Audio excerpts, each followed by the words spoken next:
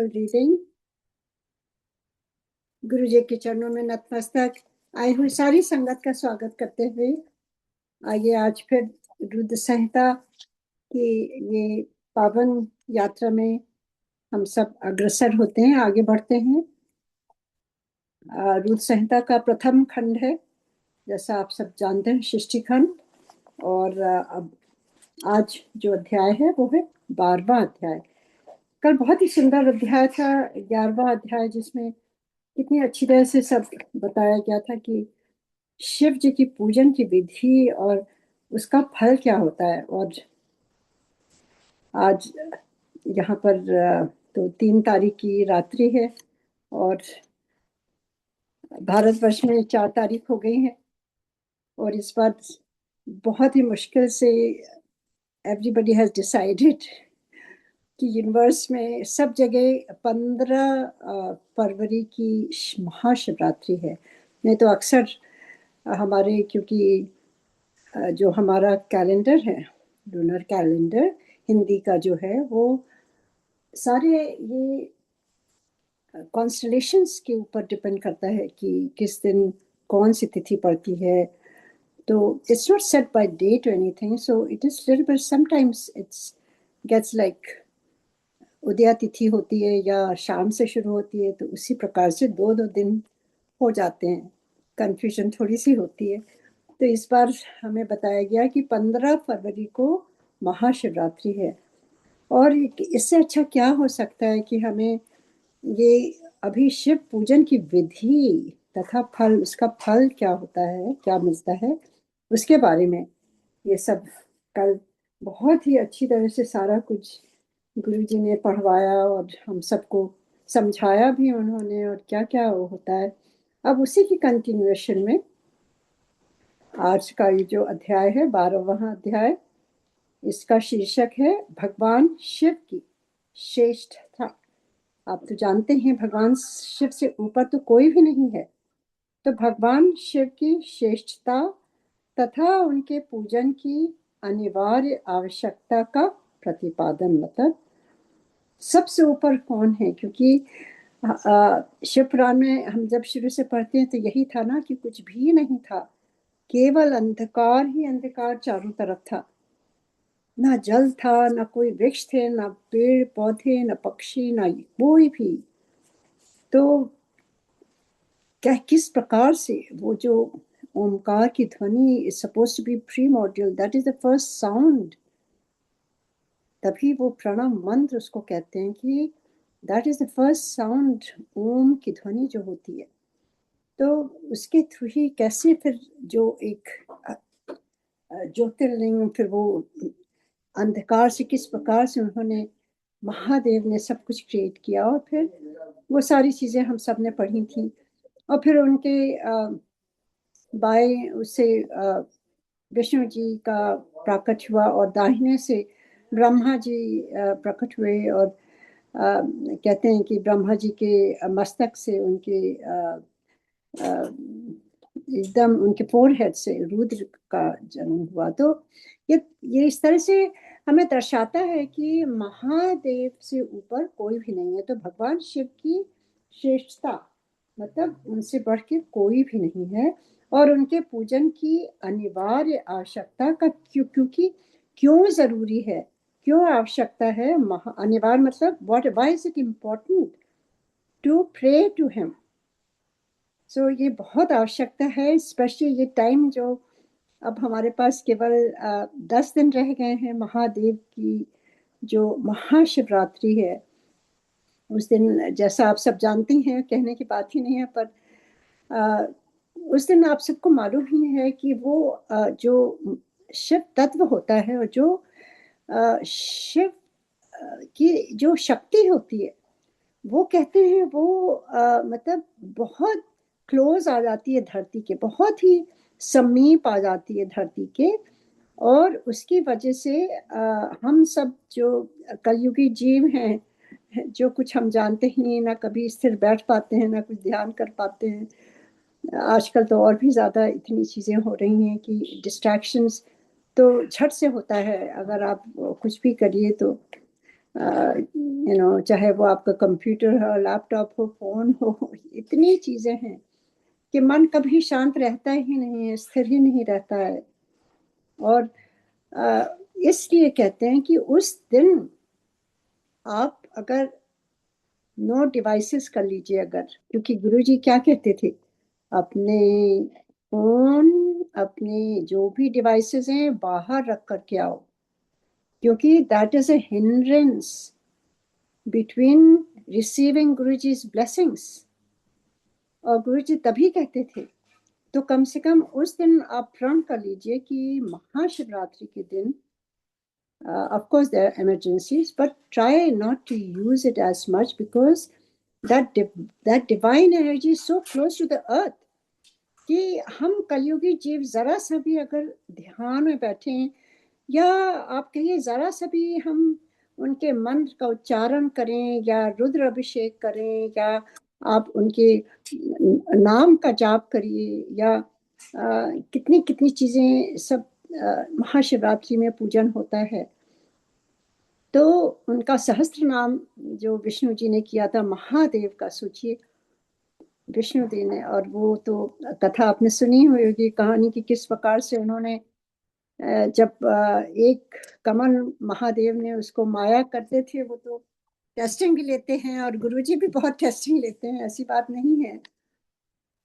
तो कैसे महादेव ने विष्णु जी की टेस्टिंग करी, और उनका एक कमल उन्होंने चुरा लिया, मतलब चुराया नहीं, उसको छिपा दिया था।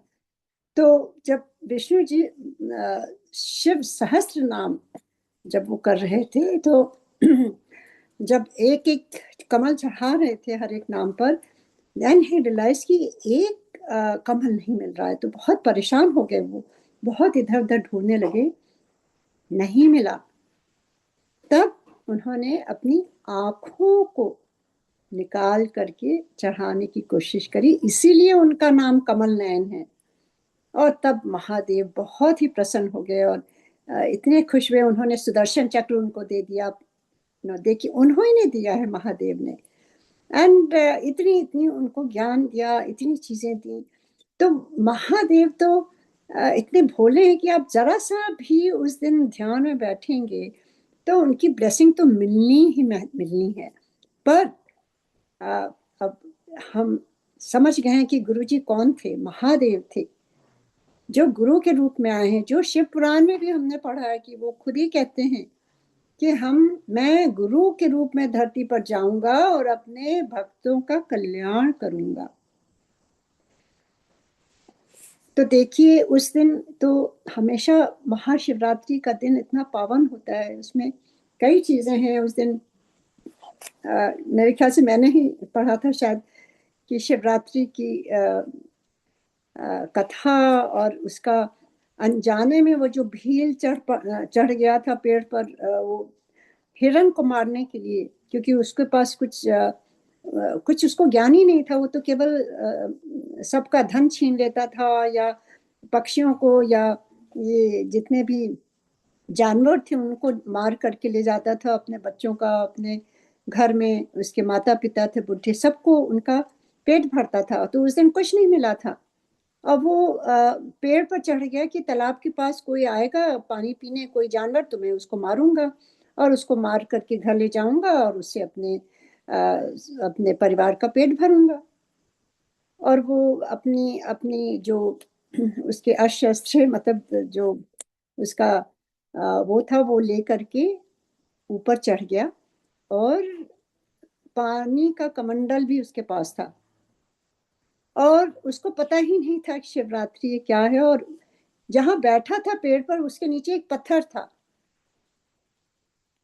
और वहां पे एक हिरनी आई, और वो थोड़ा अपना जो उसके पास एरो था, तो उसको वो साधने लगा, और जरा सा खटपट हुआ, तो उसका जो जहां बैठा था वो बेल का पत्र था, बेल का पेड़ था, तो बेल के पत्ते जो हैं कुछ उसके ऊपर, उस पत्थर के ऊपर वो चढ़ गए, और जो पानी का कमंडल था उसकी भी बूंदों से वहां कुछ गिर गया उनके ऊपर। तो वो देखिए पहले प्रहर प्रहर की उसकी पूजा हो गई। और इसी प्रकार से 4 प्रहर की पूजा होती है महाशिवरात्रि में, चारों प्रहर की पूजा उसकी इसी प्रकार से हुई, अनजाने में, जबकि he was not even deserving, because he was not a spiritual person और एनीथिंग। वो तो अनजान से हो गया, उसको पता ही नहीं था। और किस प्रकार से जब उसका उसने क्षमा कर दिया, देखिए वो बहुत क्रूर था, सबको मारता था और सब ये करता था। तो ये पूजा के प्रभाव से देखिए वो महादेव प्रसन्न हो गए और उसका मन परिवर्तित हो गया। कहाँ वो इतना क्रूएल था और कहाँ उसने फिर फॉरगिव कर दिया। वो हिरनी के पूरे खानदान आ गया था कि मुझे ले चलो, हम लोग कोई रह नहीं सकते, मेरे बच्चे भी हैं, कैसे रहेंगे, हम सबको मार दो और अपने परिवार का पेट भर दो।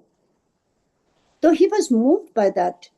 और वो कहने लगा, ये देखो ये जानवर कितने सच्चे हैं और मैं इंसान होकर के भी नहीं सही रास्ते चल रहा हूँ। ये परिवर्तन कैसे हुआ? महादेव की पूजा करने से, अनजाने में ही।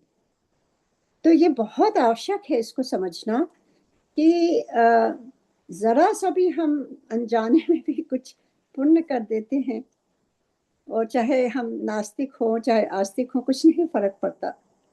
गुरु जी के यहाँ तो बहुत नास्तिक लोग आते थे। गुरु जी के यहाँ तो हम दुनियावी निगाहों से देखते हो तो कितने लोग हम जज करने लगे तो लगता था कि ये क्यों आए हैं, ये क्यों आए हैं।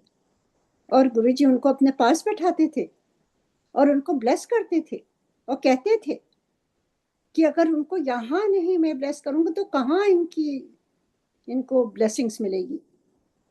एक यही दर दर है जहाँ सबकी सुनवाई होती है, क्योंकि सबको उन्होंने ही बनाया है। और वो बात दूसरी है, कर्मों से हम भटक जाते हैं और अपने कर्म खराब कर लेते हैं, पर जो पिता है ना वो तो अपने बच्चों को कभी डिफ्रेंशिएट नहीं करेंगे ना। हाँ, उनको दुख तो होगा कि हमारे बच्चे गलत रास्ते जा रहे हैं और चाहेंगे कि वो सही रास्ते जाएं। और जब वो उनकी शरण में आते हैं तो वो उन्हें प्रेम देते हैं, केवल ये नहीं कि उनको डांटते वो डपटते कहें भाग जाओ यहाँ से, नहीं ब्लेस करूंगा तुमको, नहीं कुछ दूंगा। माता पिता का धर्म होता है अपने बच्चों की रक्षा करना। वैसे ही गुरु जी भी हमारे पिता हैं, सब कुछ हैं वो।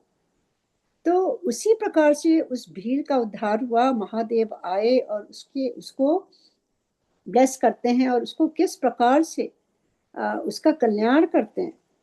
और जो जितने वो हिरनी का जो पूरा परिवार था उनको भी उन्होंने वो उस योनि से निकाल करके, उस योनि से निकाल करके उन्होंने एलिवेट कर दिया और उनको जीवन दान, मतलब वो जीव बन गए, मतलब इंसानों की योनि में ले आए। कैसे हो सकता है? क्योंकि वो सत्य की राह चल रहे थे। कितना इम्पोर्टेंट लेसन है वो, समझिए तो। और वो जो भील था ना उसको महादेव कहते हैं कि मेरे जो एक भक्त हैं जो मुझे बहुत प्रिय हैं, रामचंद्र जी, जब वो आएंगे, जब वो विष्णु जी के अवतार में इस धरती पर अवतरित होंगे, तब तुम्हारा कल्याण होगा। क्योंकि आपको मालूम ही है कि किस तरह से वो जो नाव से खेवट ले जाते थे, वही भील को उन्होंने ब्लेस किया था। तो ये सारी चीजें जो हैं दर्शाती हैं कि कितना आवश्यक है ये शिव जी की पूजन करना। और इसी को मैं कहते हुए एक सॉरी,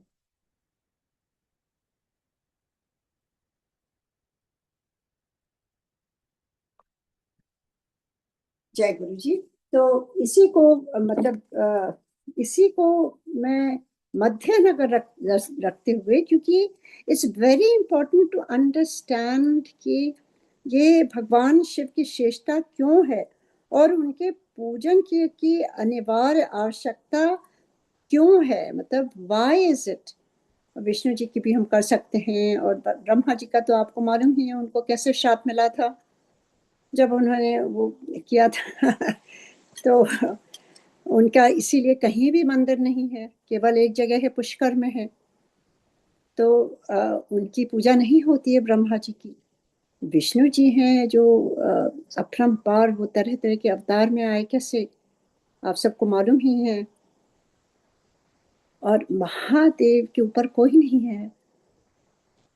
सो इसलिए बहुत आवश्यक है कि वी शुड अंडरस्टैंड कि हमारे गुरु जी कौन थे। जब हम किसी को अगर बताना हो, कई बार लोग आपसे पूछेंगे जो संगत में नहीं है कि आपके गुरु जी, अपने गुरु जी के बारे में बताइए, तब आपको कुछ पॉइंट्स याद कर लेने चाहिए। You must understand what to talk about Guru ji, because until you know yourself, until you are convinced yourself, you cannot utter a single word. वो बात दूसरी है कि गुरु जी मौज में आ जाए तो आपकी ही वाणियों से ही थ्रू क्या क्या कहला दें, कुछ पता ही ना हो। जो हम किसी लायक ही, कोई किसी लायक नहीं होता, गुरु जी कहाँ से कहाँ क्या कहला देते हैं पता ही नहीं रहता है। फिर याद आता है कि मैं, ये तो मेरा कुछ है ही नहीं, कभी सोचा ही नहीं था ये सारी चीजें। पर फिर भी we must be prepared, right? जैसे कोई एग्जाम के लिए हमें पढ़ना पड़ता है ना, तो ये भी हमें समझना चाहिए पहले कि गुरु जी थे कौन, और उसके लिए हमारे पास ये अपना तर्क तो नहीं कहना चाहिए, पर एग्जाम्पल दे करके हमें बताने की आवश्यकता है। स्पेशली ये शिव पुराण इतने सालों से हम पढ़ रहे हैं और सुन रहे हैं, सो अब तो हमारा पूरा कन्विक्शन एकदम हो जाना चाहिए। तो बहुत जरूरी ये सब समझना कि ये शिवरात्रि क्यों आती है और शिवरात्रि में क्या करना चाहते। कई लोग सोचते हैं वो शिवरात्रि में तो शिव जी भांग पीते थे तो भांग पीना चाहिए, ऐसा कुछ नहीं है। यू नो, लोग अपने हिसाब से जो उनको सूट करता है ना वो उसको अपना लेते हैं, और जो सूट नहीं करता है वो कहते हैं अरे ऐसा तो नहीं था, वो तो ऐसा था। सो ये बहुत जरूरी है इसको समझना। कई लोग, कई लोगों को मुझे भी समझाना पड़ा। किसी ने, कोई नई संगत से ने मेरे से कहीं, उन्होंने नए नए जुड़े हैं और अभी भी वो कहते हैं कि हमने तो वीडियो में किसी से या पुरानी संगत से सुना है कि गुरुजी तो ड्रिंक करने के लिए भी कहते थे, मना नहीं करते थे। आप वही बात को पकड़े हुए हैं। आपने क्या सुना, जो आपको अच्छा लगता है ना वही आप सुनना चाहते हैं। जिसको आप जस्टिफाई करना चाहते हैं, मे बी आप ड्रिंक करते हैं, आप नहीं छोड़ना चाहते तो उसको आप उभार रहे हैं, ऐसी बात नहीं है। गुरु जी किसी बात की मनाही नहीं करते थे, पर गुरु जी कहते थे स्पिरिचुअल लाइफ में जो करना है वो किया आपने। वो कहते थे मेरे से जुड़ो और निंदा चुगली छोड़ो, कभी छोड़ा आपने? वो कहते थे कुछ नहीं मांगो, आपने मांगना बंद किया है। गुरु जी कहते थे अपना ईगो बाहर उतार के आओ, कभी आप उतार के आए? गुरु जी कहते थे चंगा बंदा बन, क्या हम बन पाए? ये सब चीजें तो हम नहीं कानों से सुन पाते हैं, क्योंकि ये हमें सूट नहीं करता, क्योंकि हमारा जीवन तो इसी में ही बीत गया। पर अब कहते हैं ना, अब अब तो संभल जा बंदे, ये आखिरी समय आ गया है, अब तो सुधर जा, अब तो संभल जा, क्योंकि अब तो महादेव ही गुरु बन करके आए हैं। उनकी कृपा पाने के लिए कोई उम्र नहीं होती, चाहे आप यंग हो, चाहे आप स्टूडेंट लाइफ में हो, चाहे आप अभी आपकी शादी भी ना हुई हो, या आप अभी गृहस्थ में है तो भी आप जुड़ सकते हैं। सो ये बहुत आवश्यक है कि गुरुजी हैं कौन और गुरुजी चाहते क्या थे, उसको समझाना। जब तक हम खुद ही नहीं कन्विंस होंगे तो हम किस प्रकार से अपने गुरुजी के बारे में हम बता सकेंगे किसी को। मुझे याद है शुरू शुरू में जब हम लोग वापस सियाटल आए, जैसे गुरुजी ने यहाँ भेज दिया 2006 में, और मैं तो एकदम बावली सी, मैं तो केवल गुरुजी की ही बातें करती रहती थी। कोई भी आता था बस गुरुजी के बारे में बता देना सब कुछ ना। तो एक बार किसी ने पूछा कि ये उषा बताओ ये गुरुजी हैं कौन, और मतलब ये कौन है, ये तो मतलब ऐसे लगते हैं ऐसे कपड़े से, इनको तुम कैसे कह सकती हो कि ये महादेव हैं? सो आई हैड सच गुड, ये गुरुजी की कृपा है, कभी कोई प्रिपरेशन नहीं। जब आप गुरुजी की तरफ देखिए, क्योंकि जैसे मैंने कहा सिंगापुर में गुरुजी ने उस समय मुझे छोटी सी एक अपनी वो टाइल में जो उनकी पिक्चर बनी हुई है, आई डोंट नो, मैंने कहीं देखी तो नहीं है, उस समय था तो गुरुजी ने मुझे वो अपने हाथों से दिया था, वो छोटा सा पेंडेंट की तरह, बहुत ही सुंदर। और उसमें गुरुजी की पूरी सुगंध आती, तो उसको मैंने रख लिया था अपने पर्स में। और किसी के घर में, सिंगापुर में मेरी एक फ्रेंड है, उनके हस्बैंड नास्तिक हैं, उन्होंने बुलाया था खाने पर, वहां गए जब, तब क्या होता है, खाना पीना हो गया, हम 4 ही जन थे, एमपी जी और हम और वो 2 जन हो गया। तो उनके हस्बैंड कहने लगे कि आप लोग तो यहाँ मिलते नहीं हो, बड़ी मुश्किल से ये वीकेंड मिला है, जब देखो आप लोग इंडिया ही जाते रहते हो, तो क्या हो रहा है, आप वहाँ मूव करने जा रहे हो? एंड वी सेड नहीं नहीं, मूव नहीं कर रहे हैं, काश मूव कर पाते, पर हम हमें गुरु जी मिल गए हैं, और गुरु जी महादेव हैं, और हम उनके दर्शन करने जाते हैं। तो वो एकदम से चुप होकर कहने लगे कि आप लोग तो बहुत भोले हो, इतने सालों से बाहर रह रहे हो, आपको मालूम नहीं है इंडिया में कैसे कैसे चीजें होती हैं। और वो नेगेटिव बोलने लगे गुरुओं के बारे में।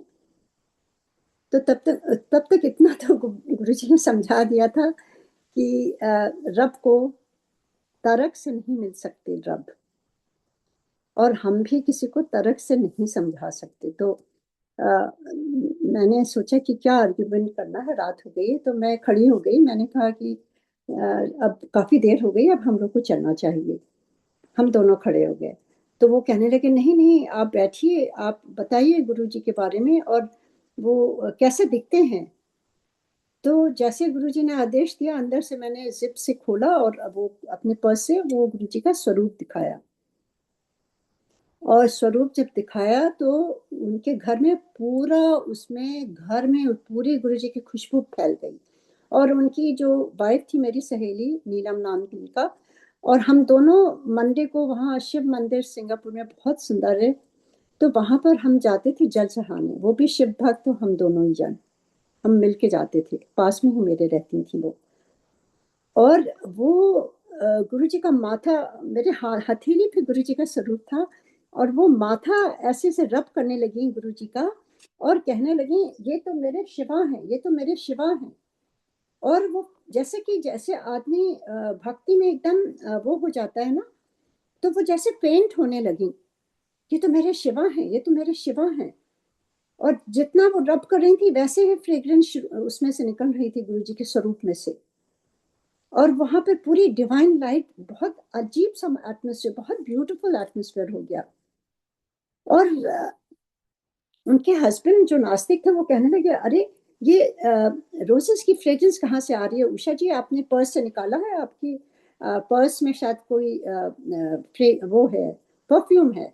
मैंने खोल के दिखाया, मैं ना परफ्यूम लगाती हूँ, ना मैं, मेरे पास कुछ परफ्यूम है, ये देखिए, देख लीजिए, आप तसल्ली करना बहुत जरूरी है, ये गुरुजी की खुशबू है, और आपके घर, यू आर लकी कि आपके घर गुरुजी ने आ करके ब्लेस कर दिया है, क्योंकि वो महादेव हैं। और उनकी वाइफ ने तो स्वयं ही बगैर देखे, कभी उन्होंने देखा ही नहीं गुरुजी को, ना उन्होंने कभी कोई फोटो मैंने कभी दिया ही नहीं उनको, that was the first time. And she said this is my Shiva, this my Shiva. और वो मुझे, हम लोगों को जाने ना दें, कहने लगे ये क्या हो रहा है, क्या हो रहा है। मैं चुपचाप आंख बंद करके गुरु जी को बोल रही थी, गुरु ji thank you so much, आज तो आप तो साक्षात आ करके हमारी बात रख ली, क्योंकि गुरु जी ऐसे प्रकट हो जाते हैं ना, भक्तों का मान रखने के लिए भी आते हैं प्रभु ना। ऐसे ही गुरु जी वहां उपस्थित हो गए, प्रकट हो गए। और किस प्रकार से वो कहने लगे नहीं नहीं, अब जाइए, नहीं बैठ जाइए, ये सब इतनी खुशबू आ रही है, बहुत अच्छा लग रहा है, अब आप बैठ के बताइए मुझे गुरु जी के बारे में। देखिए कैसे पलट गए, पहले वो गुरु की निंदा कर रहे थे, और फिर वो ये गुरु जी ने उनका पूरा चेंज कर दिया। गुरु जी तो 1 मिनट में कुछ भी कर सकते हैं, क्योंकि वो महादेव हैं। और फिर वो बस हमें उठना ना दे, 2 घंटे तक, रात के 2 बज रहे थे, पूरा सत्संग सुनना चाहते थे, बताइए और बताइए और बताइए। और जैसे जैसे हम सत्संग कर रहे थे, और खुशबू बढ़ती जा रही थी, और वहां डिवाइन लाइट आती जा रही थी, और गुरु जी का स्वरूप जो था वो पूरा उसमें वो ऑरा जैसे हो जाता है ना, पूरा उसमें ऑरा बन गया। बहुत ही सुंदर वो एक्सपीरियंस था। और किस प्रकार से उस दिन गुरुजी अपने आप आकर के उन्होंने वो जवाब दिया उनको। That was my first experience that has ever happened like that. And I'm very grateful to Guruji कि उन्होंने जो है किस प्रकार से एक नास्तिक के घर में गुरुजी ने आकर के ब्लेसिंग्स दी, क्योंकि उनकी वाइफ महादेव की भक्त थी, तो उनको आना ही होता है। तो इसी प्रकार से वो तो साक्षात दर्शन दे देते हैं। तो I can never forget that.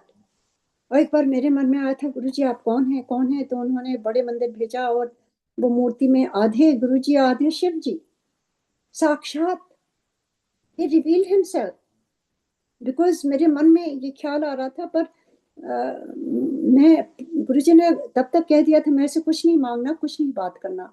तो मैं कुछ बात नहीं करती थी, केवल आके दर्शन करके लंगर खा के चुपचाप चली जाती थी सिंगापुर वापस, without even uttering a single sentence. And we used to just come for the love of Guru, केवल दर्शन करके चले आते थे। कितने साल ऐसा हुआ। पर मेरे मन में आता था, गुरुजी आपने मना किया, पर मैं आपको, आप तो ये इस रूप में नहीं, आप कुछ और हैं। आप ईश्वर, आप महादेव हैं गुरुजी। आप ये शिव पुराण के लिए कहते हैं, यहाँ शिव मंदिर है, और आप तो सिख परिवार के हैं, यहाँ ओम नमः शिवाय का जाप कहते हैं, तो आप कौन हैं गुरुजी? बार बार मेरे मन में आता था। तो उन्होंने, वो तो सब कुछ जानते हैं ना मन की, उन्होंने मालूम था कि ये क्वेश्चन मेरे मन में चल रहा है, और I was told not to ask him anything. So then he revealed himself by sending me to बड़े मंदिर, क्योंकि उन्होंने मुझे कहा था मैं रहता एम्पायर स्टेट में हूँ, पर मेरी सारी शक्ति बड़े मंदिर में है, दैट इज माई शिवपुरी, वो कहते थे। और वहीं भेज करके उन्होंने अपना असली रूप मुझे दिखाया।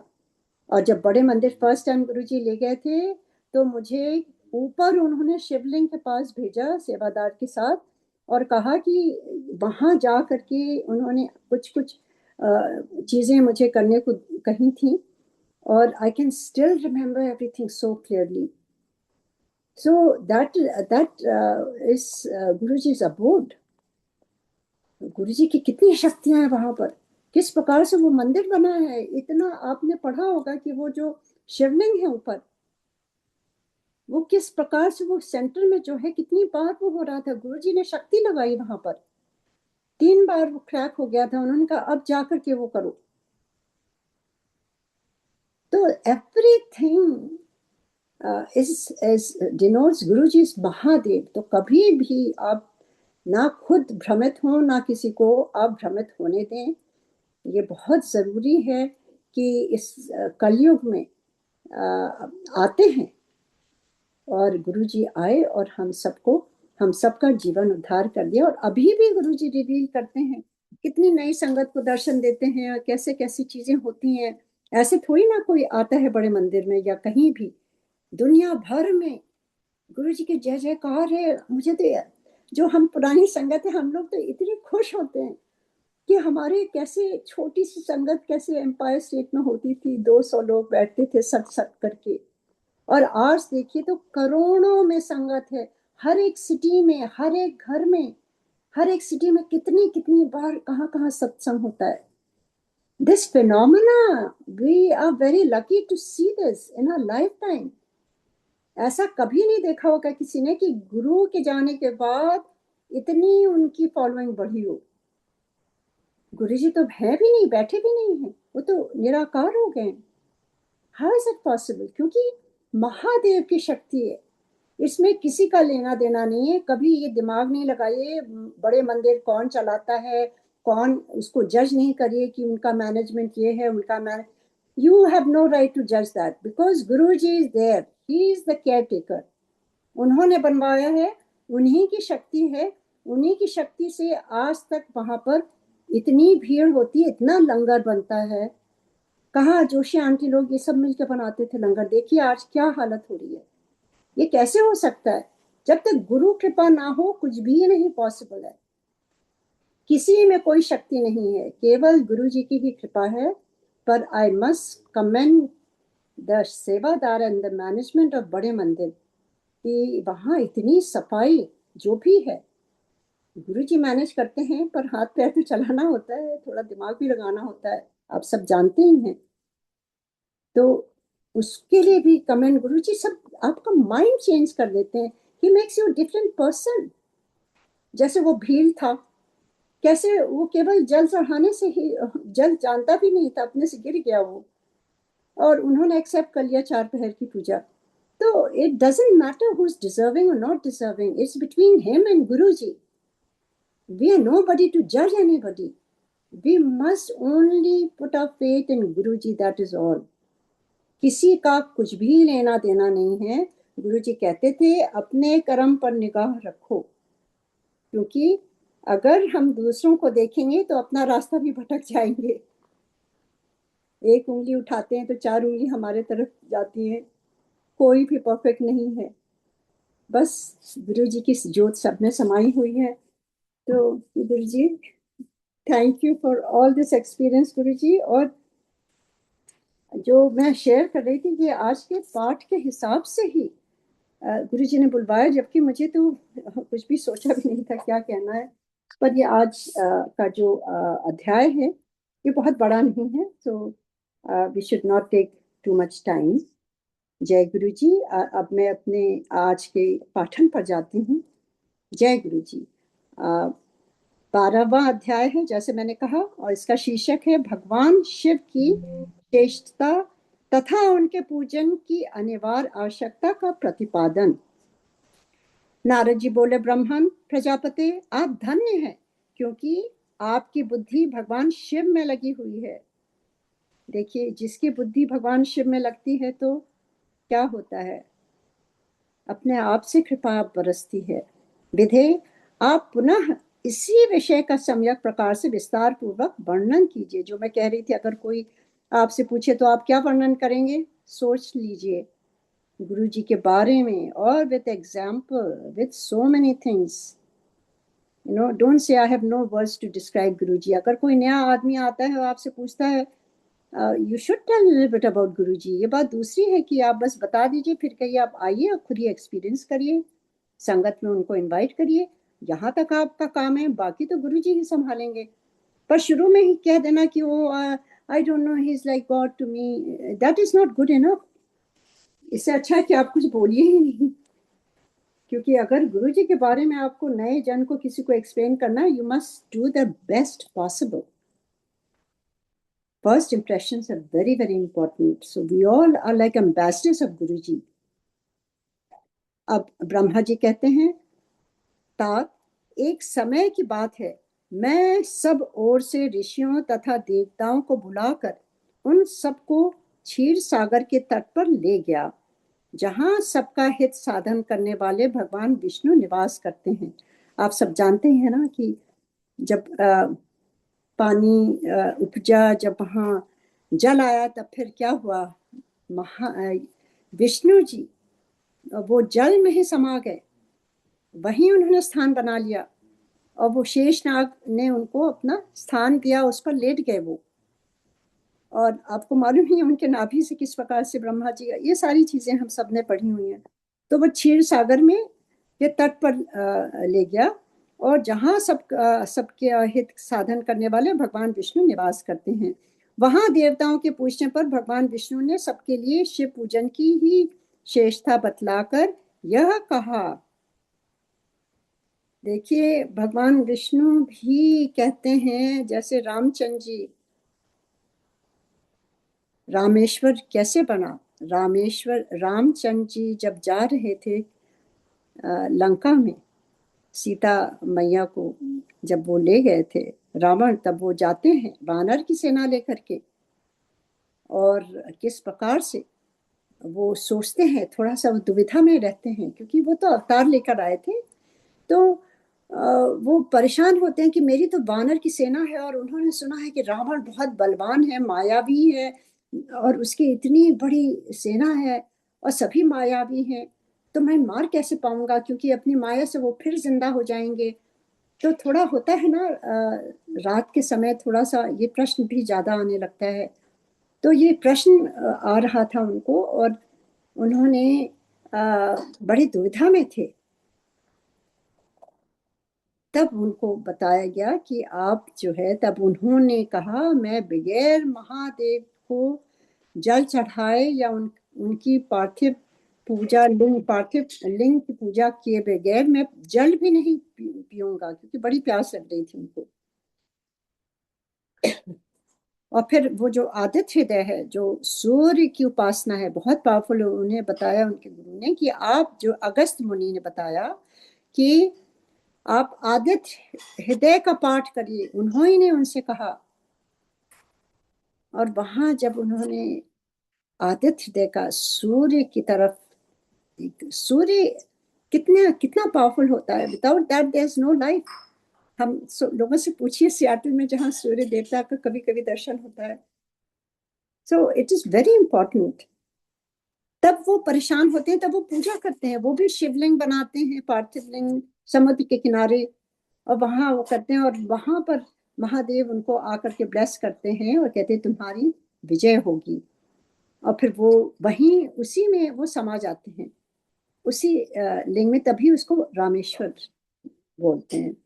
तो ऐसे ही वहां पर देखिए, विष्णु भगवान जो है, उन्होंने कहा कि शिव पूजन की ही श्रेष्ठता बतलाकर यह कहा कि एक मुहूर्त हो या एक क्षण भी जो शिव का पूजन नहीं किया जाता, वही हानि है, वही महान छिद्र है, वही अंधापन है, और वही मूर्खता है। जो भगवान शिव की भक्ति में तत्पर है, जो मन से उन्हीं को प्रणाम और उन्हीं का चिंतन करते हैं, वे कभी दुख के भागी नहीं होते। आप देखेंगे कुछ जो शिव की उपासक करते हैं ना, जो उनको आप देखिए, अजीब सा तेज होता है उनके चेहरे पर, क्योंकि वो अपने दुख और डर, भय, ये सारी चीजों से उनकी पूजा पाठ करते करते उन्हें समझ में आ गया है कि this is just part of life. We cannot just concentrate all our energies into this, because when we have a life, when we have a body, when we have our family and relations and this and that, तो ये सारी चीजें तो होंगी ही, क्योंकि आप अकेले थोड़ी ना है। अगर आप अकेले कहीं ऊपर पहाड़ में चढ़ जाइए, किसी से मतलब नहीं है, that is different, you will be always peaceful. But when you are surrounded by your family, your friends, your society, your neighbors, everybody, कोई ना कोई दुखी तो जरूरी होगा ना। अब उस पर आप क्या, किस तरह से रिएक्ट करते हैं, that depends on your own spiritual progress. कई लोग जो है उसी समय बैठ जाते हैं, रोने लगते हैं और सोचने लगते हैं और उलाहना देने लगते हैं, ये क्या है, कैसा हो गया, ये क्यों हो गया, वो क्यों हो गया।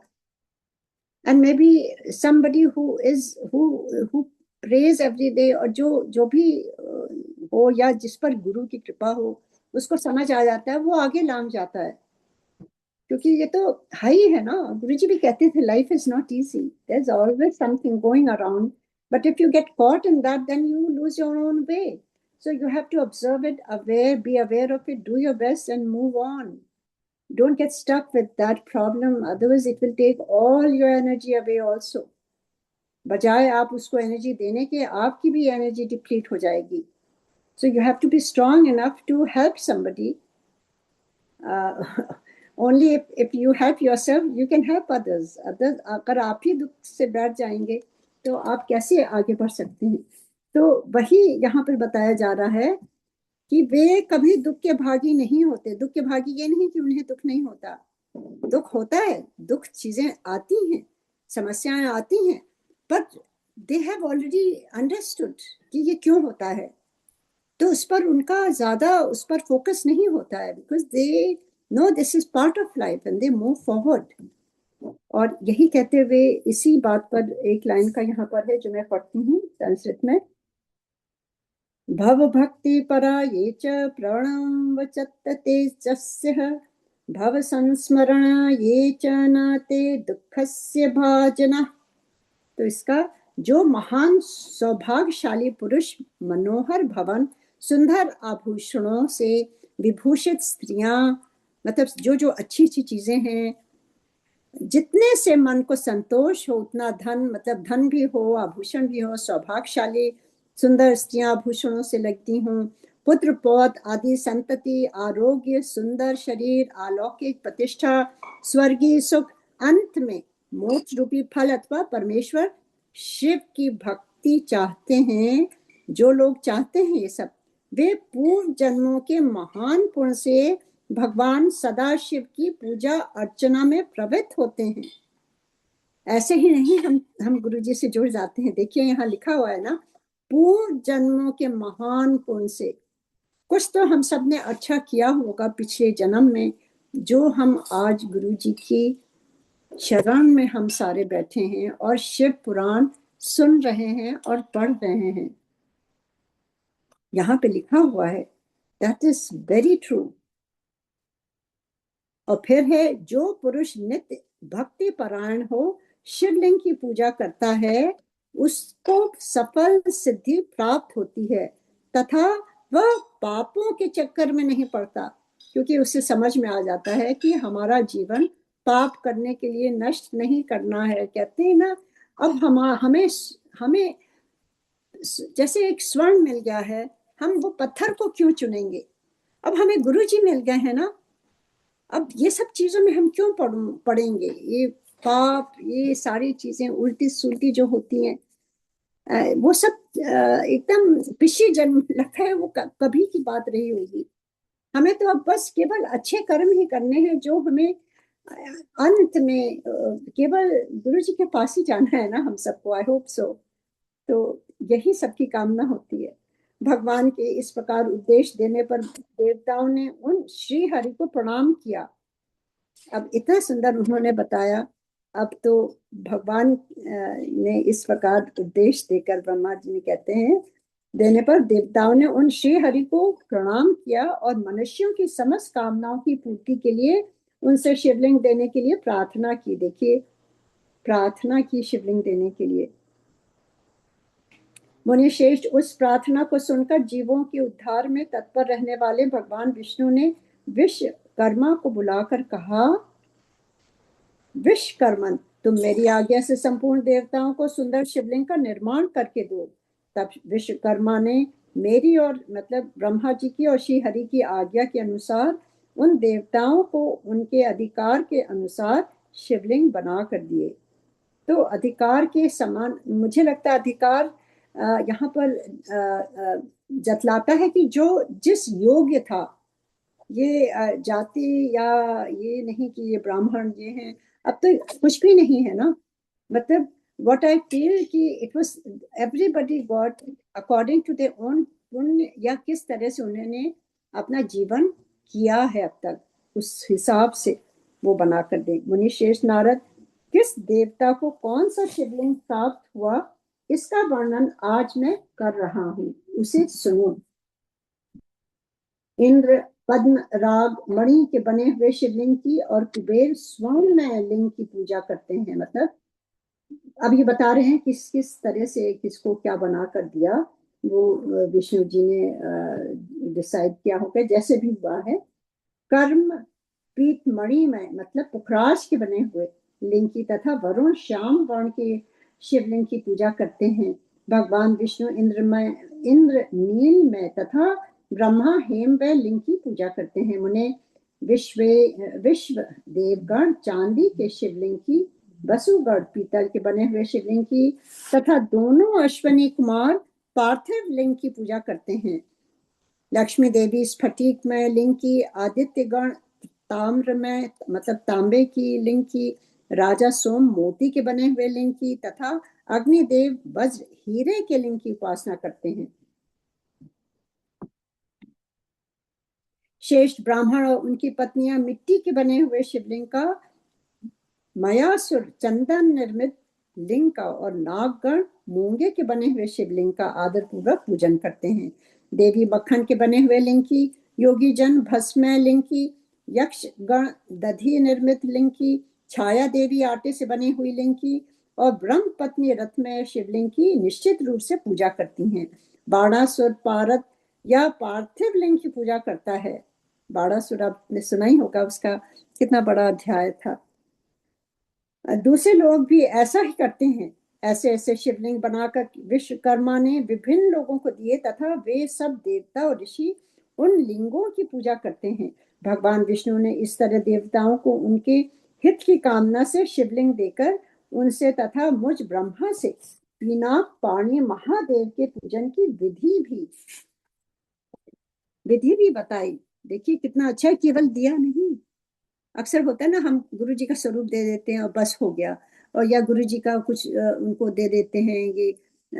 ये नहीं बताते कि ये इनको, ये भगवान है, ये महादेव हैं। We have to give all the details, जहाँ जैसे बता रहे हैं ना, कि उसकी विधि भी बताते हैं। हम भी whenever we give something about Guruji to anybody first time, we must explain who Guruji is.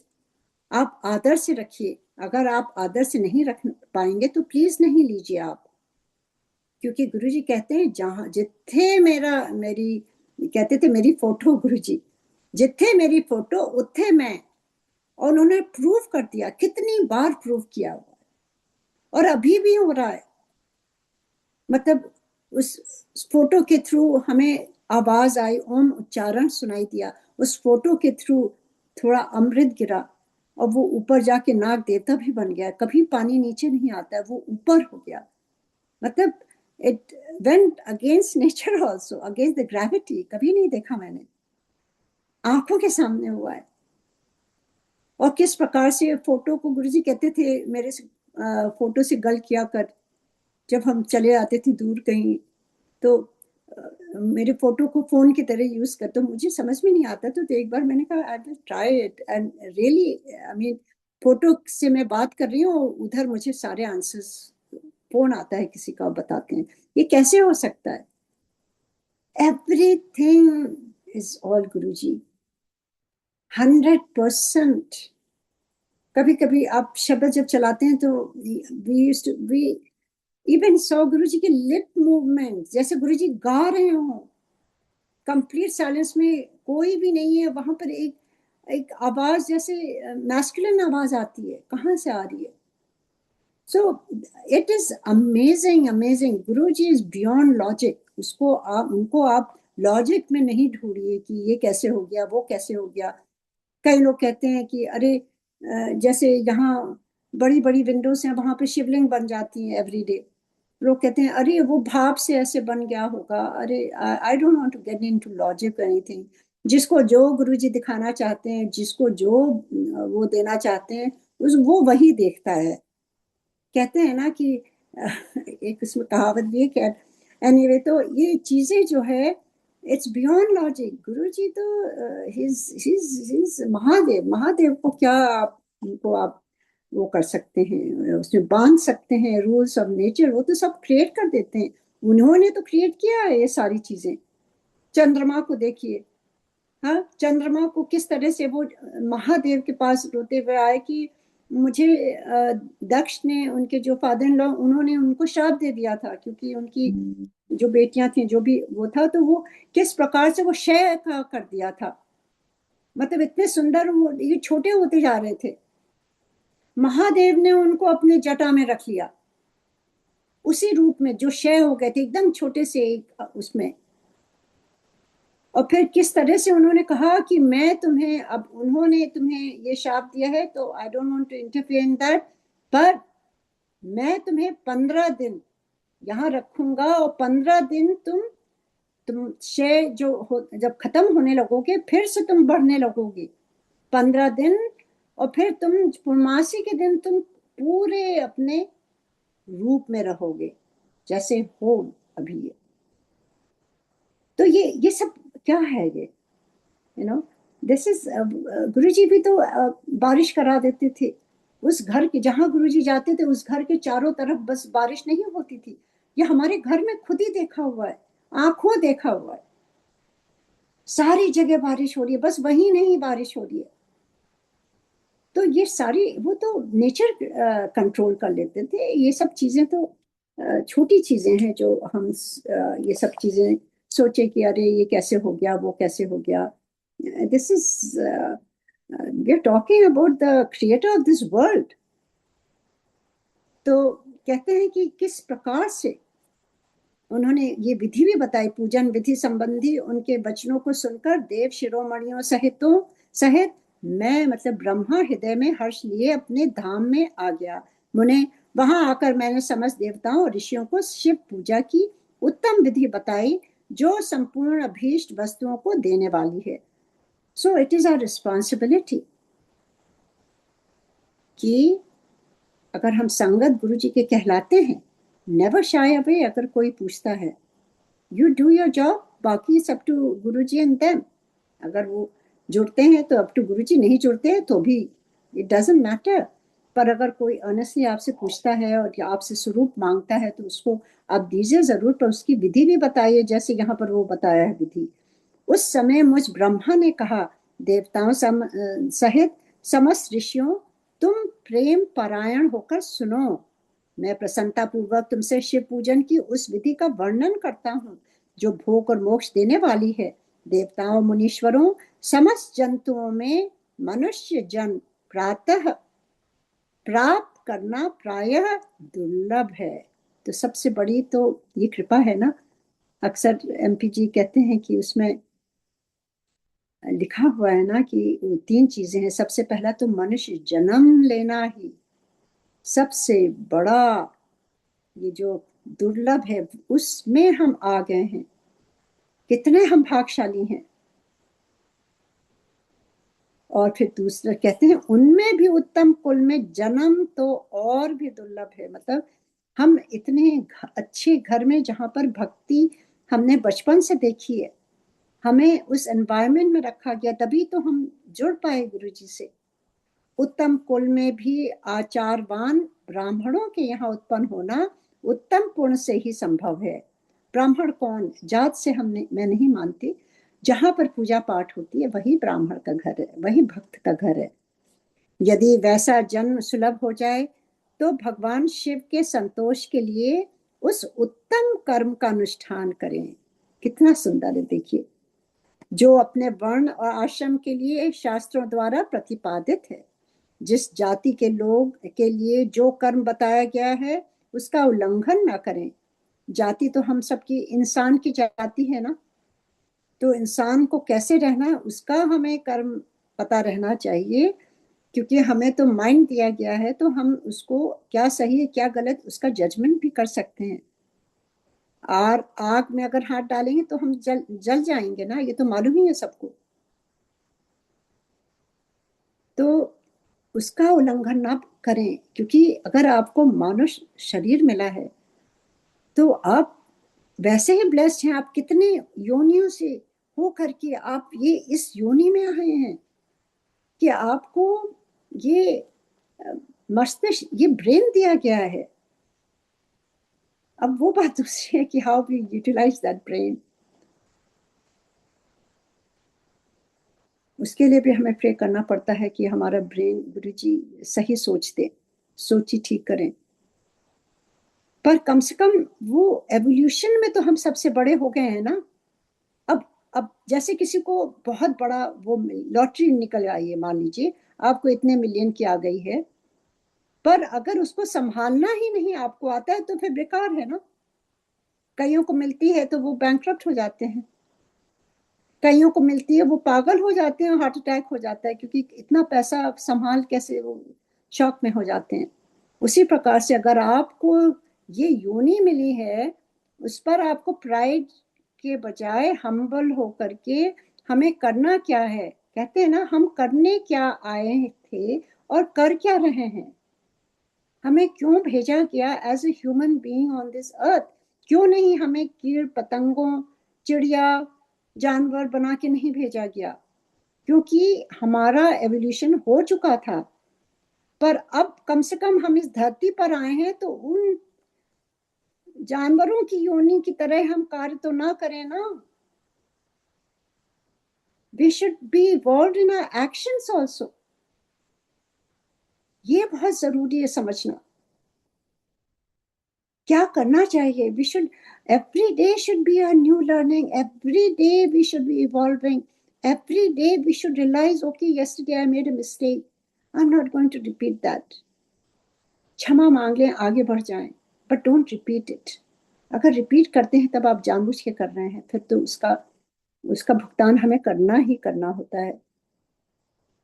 तो ये बहुत ही आवश्यक है कि किस तरह से हमें उसको अपना आचार रखना है। जब हमें इतना दुर्लभ जो ये मानुष शरीर हमें मिला है, यदि वैसा जन्म सुलभ हो जाए तो भगवान शिव के संतोष के लिए उस उत्तम कर्म का अनुष्ठान करें। और उससे भी ज्यादा है, अब तो हमें ईश्वर समान हमारे गुरु मिल गए हैं, तो भी हम नहीं समझ पा रहे हैं, तो भी हम निंदा चुगली में लगे हैं, तो भी हम जेलसी में लगे हैं, तो भी हम लोगों की बुराइयों में लगे हैं, तो भी हम एक दूसरे के उसको आगे ना बढ़ने पाए और कैसे ये इसका हिंड्रेंस बन जाए। इतनी चीजें होती हैं, कई कई जगह संगत में भी ये सब चीजें होती हैं। कम से कम वो तो प्योरिटी वहां मेंटेन करके रखें हम हमें इतना आशीर्वाद मिला है कि हम उसका कर क्या रहे हैं। एक तो मानुष शरीर मिला है जो, फिर इतने अच्छे फैमिली में मिला, फिर उस समय हमें सारी सुख सुविधा मिली है, अच्छा घर मिला है, अच्छा खाने को मिला, अच्छा जॉब मिला है, हीटिंग है हमारे घर में, पानी चल रहा है, लाइट चल रही है। और उसके अलावा हमें दिमाग दिया गया है कि हम सोचें कि हमें करना क्या है।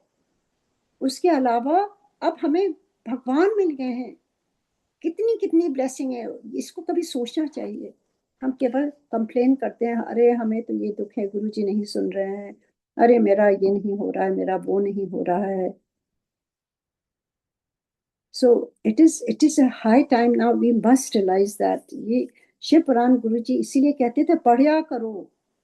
गुरुजी कभी नहीं कुछ बोलते थे, पर इसमें गुरु जब हम पढ़ते हैं तो हमें गुरुजी एक एक चीज सामने पढ़ते खोलते हैं और समझाते हैं, जो हम कभी भी गुरुजी से नहीं बात कर पाए इसके बारे में, क्योंकि वो मना करते थे बात करने के लिए, प्रैक्टिकल कराते थे। पर वो कहते थे पढ़या करो, मतलब समझो कि क्या है इसके अंदर।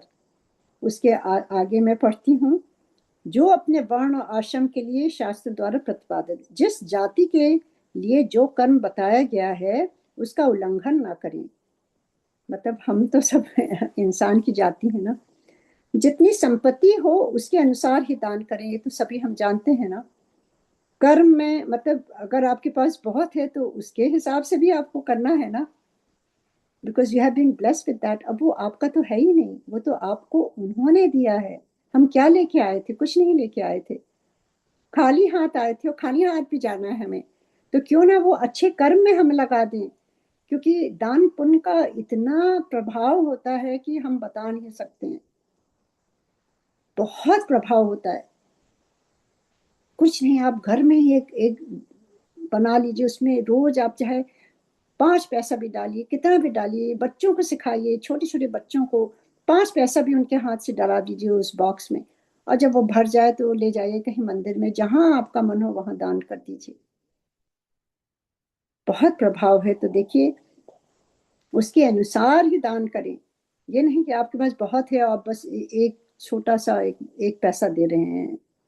That is kind of trying to tell the divine, and maybe he will say अच्छा ठीक है, इनके पास नहीं है तो इनको कम कर दो पैसा, क्योंकि जिसके पास ज्यादा पैसा होगा अगर वो ज्यादा दे रहा है तो उसके पास चले जाओ। लक्ष्मी जी तो आपको मालूम ही है कितनी चंचल है। तो यहाँ पे ये बताया जा रहा है कि दान का क्या प्रभाव है। कर्म में सहस्त्रों यज्ञों से तपो यज्ञ बढ़कर है, सहस्त्रों तपो यज्ञों से जप यज्ञ का महत्व अधिक है। मतलब ये बता रहे हैं कर्म के हिसाब से, तप के हिसाब से, जप के हिसाब से, जप कहते हैं महत्व है। ध्यान यज्ञ से बढ़कर कोई वस्तु नहीं है। यही तो गुरु जी कहते थे ना, ध्यान में बैठो। कभी कभी जब बहुत जल्दी चले आते थे तो गुरु जी कहते थे ना, चुपचाप पीछे बैठ के ध्यान करो, कहते थे गुरु जी, अक्सर कहते थे लोगों को। और ये नहीं कि हमें किसी को आता था ध्यान, तो गुरु जी जब कह देते थे ना तो वो अपने आप से करा देते थे। इतनी भीड़ भाड़ में, इतना वो सब में फिर भी ध्यान हो जाता था।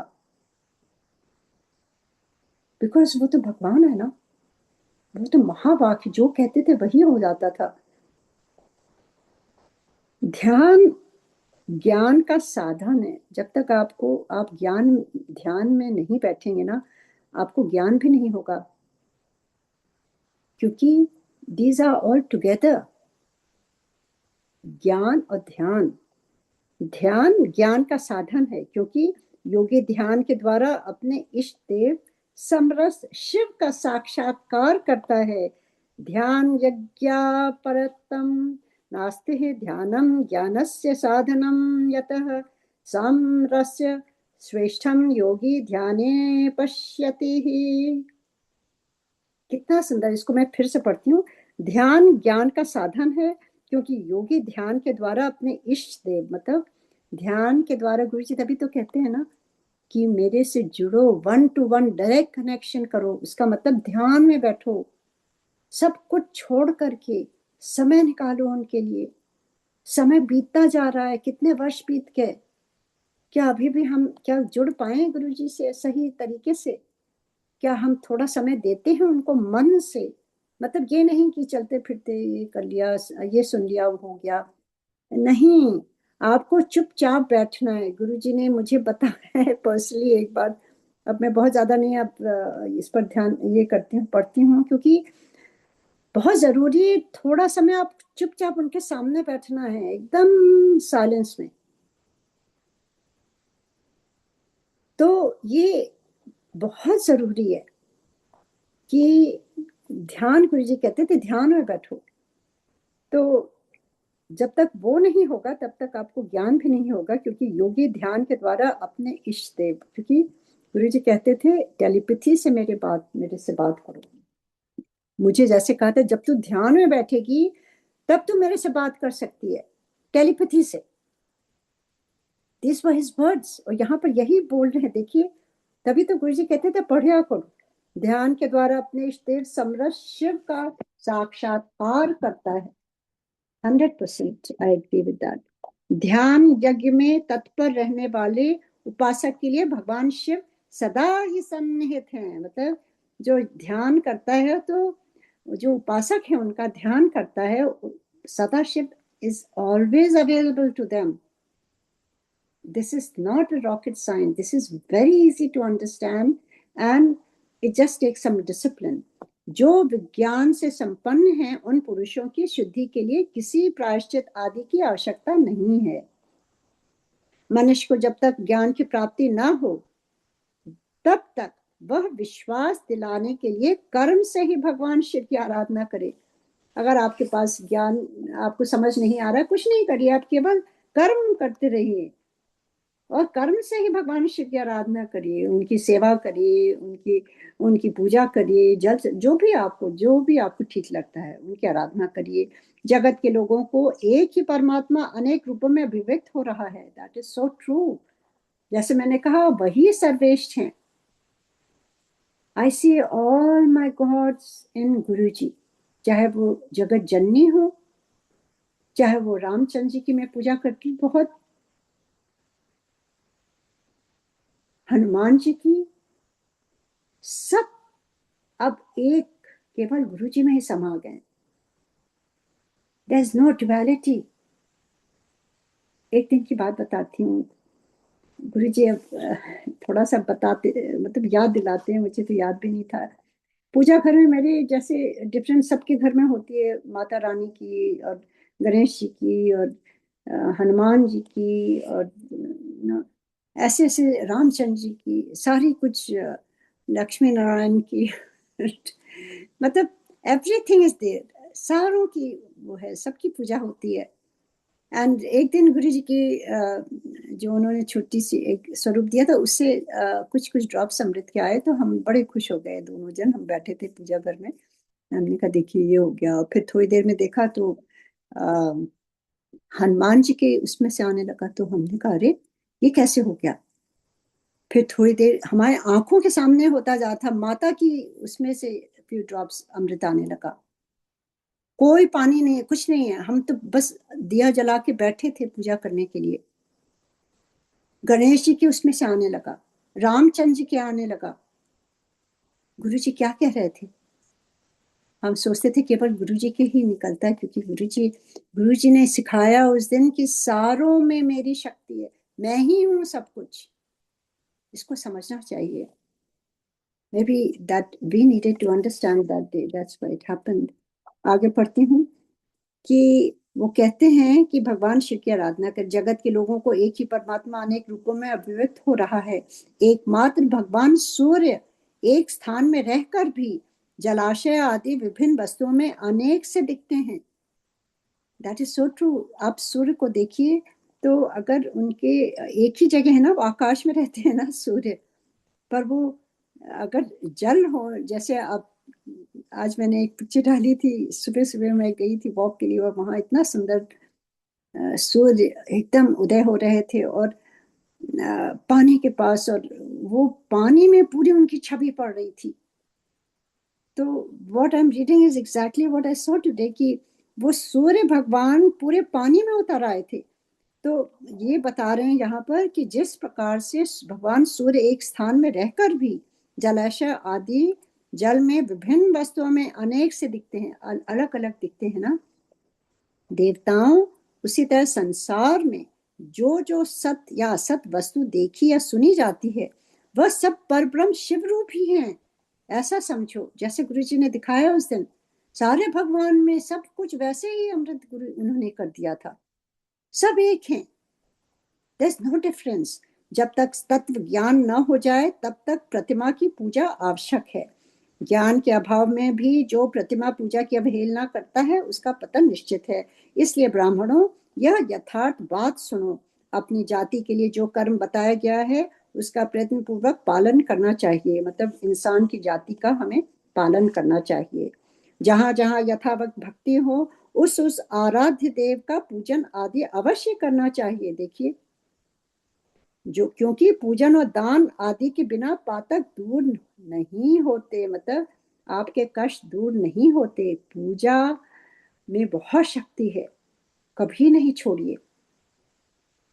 पूजा और दान जो मैं कह रही थी, ये पूजन और दान के बिना पातक दूर नहीं होते। आपके दुख दर्द ग्रह नक्षत्र कभी दूर नहीं। कहते हैं ना कि मुझे ये हो गया, मुझे ये ग्रह हो गया, मंगल हो गया, शनि हो गया, ये हो गया, तो पंडित जी क्या कहते हैं, जाके मंदिर में दान कराइए, पर वो बताते नहीं है क्यों कहा गया है ये। So by now we should all understand. तो इसलिए कहते हैं कि वो दान आदि के बिना पातक दूर नहीं होते। मतलब यहाँ एक लाइन है, यत्र यत्र यथा भक्तिम कर्तव्यम पूजन आदिकम, पूजन पूजन आदिनादि पातकम न च दूरतम। मतलब उससे दूर नहीं होते। जब तक हम पूजा और दान नहीं करते तब तक हमारे दुख जो है वो दूर नहीं होते। यही इसमें संस्कृत में बताया है। जैसे मैले कपड़े में रंग बहुत अच्छा नहीं चढ़ता है, किंतु जब उसको धोकर स्वच्छ कर लिया जाता है तब उस पर सब रंग अच्छी तरह चढ़ते हैं। उसी प्रकार देवताओं की भली भांति पूजा से सब त्रिविध शरीर पूर्णतया निर्मल हो जाता है। तभी उस पर ज्ञान का रंग चढ़ता है और तभी विज्ञान का प्राकट्य होता है। जब विज्ञान हो जाता है तब भेदभाव की निवृत्ति हो जाती है।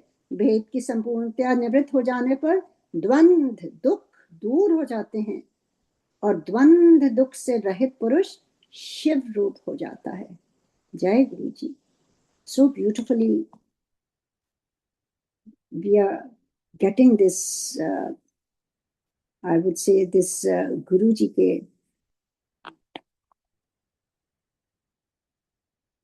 के द्वारा कि कैसे हमें दुख और द्वंद्व से दूर हो जाते हैं।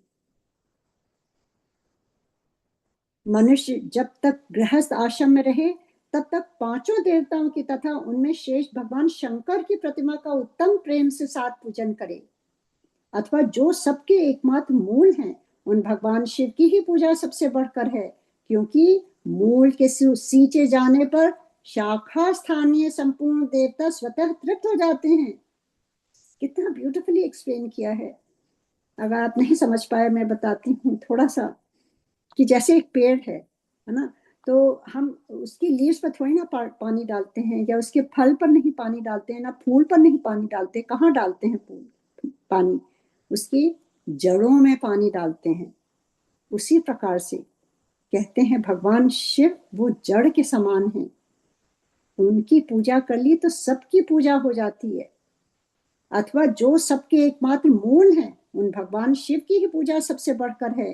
क्योंकि मूल के सींचे जाने पर, मतलब जो रूट कॉज जो होता है, जैसे रूट्स हैं पेड़ की, उसको सींचे जाने पर शाखा, जो संपूर्ण देवता एक शाखा की तरह है ना, ये देवता वो देवता, हमारे कितने देवता है ना, तो कहते हैं वो स्वतः अपने आप तृप्त हो जाते हैं। तो कभी नहीं डरिए कि अरे मेरी आज वो विष्णु जी की पूजा छूट गई, विष्णु सहस्त्र नाम पढ़ना सुनना, अरे आज छूट गया, आज वो गुस्सा हो जाएंगे, अरे आज मैंने माता का पूजा नहीं किया, दुर्गा सप्तशती नहीं पढ़ी, आज मैंने ये आज वेंसडे है तो मैंने ये इनका गणेश जी की पूजा नहीं करी, और ट्यूसडे है तो हनुमान जी की करना भूल गया, समय नहीं मिला। तो this is what is explaining, जो गुरु जी ने मुझे दिखाया। प्रैक्टिकल गुरु हैं वो, प्रैक्टिकल करके दिखाया उन्होंने।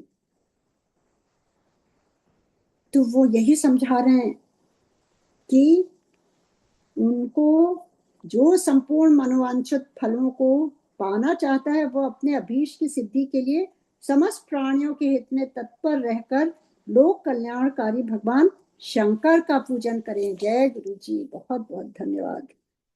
ओम नमः शिवाय। शिव जी सदा सहाय। ओम नमः शिवाय। गुरु जी सदा सहाय। और इसके साथ ही मेरा आज का ये अध्याय समाप्त होता है, 12वां। मन तो हो रहा है पढ़ते जाएं पढ़ते जाएं। गुरु जी एक जैसे एक लड़ी कर देते हैं, लगता है कि आगे भी पढ़ लें, आगे भी पढ़, क्योंकि वो इतना रस आता है गुरु जी का, क्योंकि एवरीथिंग इज प्रैक्टिकल। जो जो यहाँ पढ़ रहे हैं ना, वो सब गुरु जी ने बताया हुआ है। एंड वी मस्ट अंडरस्टैंड, हमें डर डर की पूजा नहीं करनी है, हमें भाव कैसे रखने हैं वही देखते हैं। तो गुरु जी अगर कोई त्रुटि हो तो क्षमा करें, और संगत जी आप सब भी, बहुत बहुत त्रुटियां होती हैं मेरे वाक से, तो अक्सर ही आप हो सकता है नहीं एग्री करते हो, तो क्षमा करिएगा। और बहुत बहुत धन्यवाद साथ में बने रहने का, मोटिवेट करने का, क्योंकि गुरु जी जब हम सारे बैठते हैं ना, तो Guru ji takes over really 100%। I can feel his energy, you won't believe, मेरा शरीर एकदम तपने लगता है, जबकि इतना ठंडा है यहाँ पर।